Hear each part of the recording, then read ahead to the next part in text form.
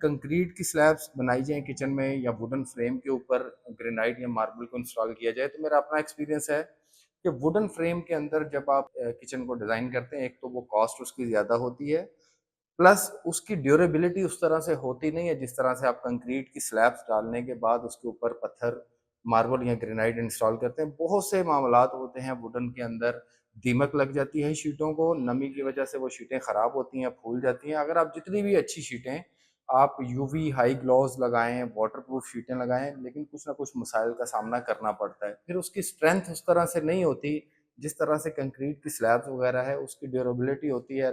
साल हर साल इन स्लैब्स को कुछ नहीं होता, इसकी मजबूती होती है, जितना भी वेट आप उसके ऊपर रखें, आपको किसी किस्म की कोई परेशानी नहीं होती।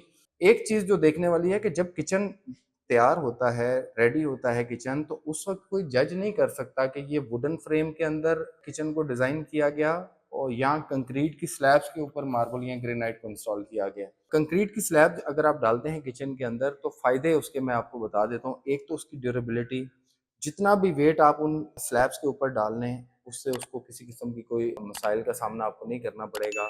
उसकी लाइफ अच्छी होगी। पत्थर जो है वो सीमेंट, रेत के साथ प्रॉपर उस कंक्रीट की स्लैब के ऊपर इंस्टॉल होगा। किसी किस्म की कोई धमक वाला मामला नहीं आएगा।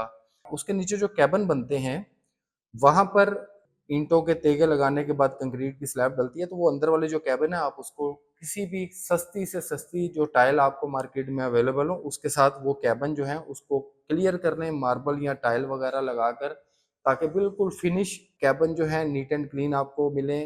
आप जैसे भी बर्तन उसके अंदर रखें, खराब नहीं होंगे और बड़ा ईज़ी है उसको क्लीन करना। जबकि वुडन जो कैबिनेट्स होती हैं, जिसके अंदर नीचे फ्रेम जो है वो लकड़ी के, एमडीएफ के और इन शीटों के बनाए जाते हैं, उसमें बहुत सी एहतियातें करनी पड़ती है, लेकिन देखा यही गया है कि साल 2 साल के अंदर-अंदर वो जो है मामलात ख़राब होने शुरू होते हैं। जो सिंक के नीचे जो 2 कैबिनेट्स होती हैं, वो तो सबसे पहले ख़राब होती हैं।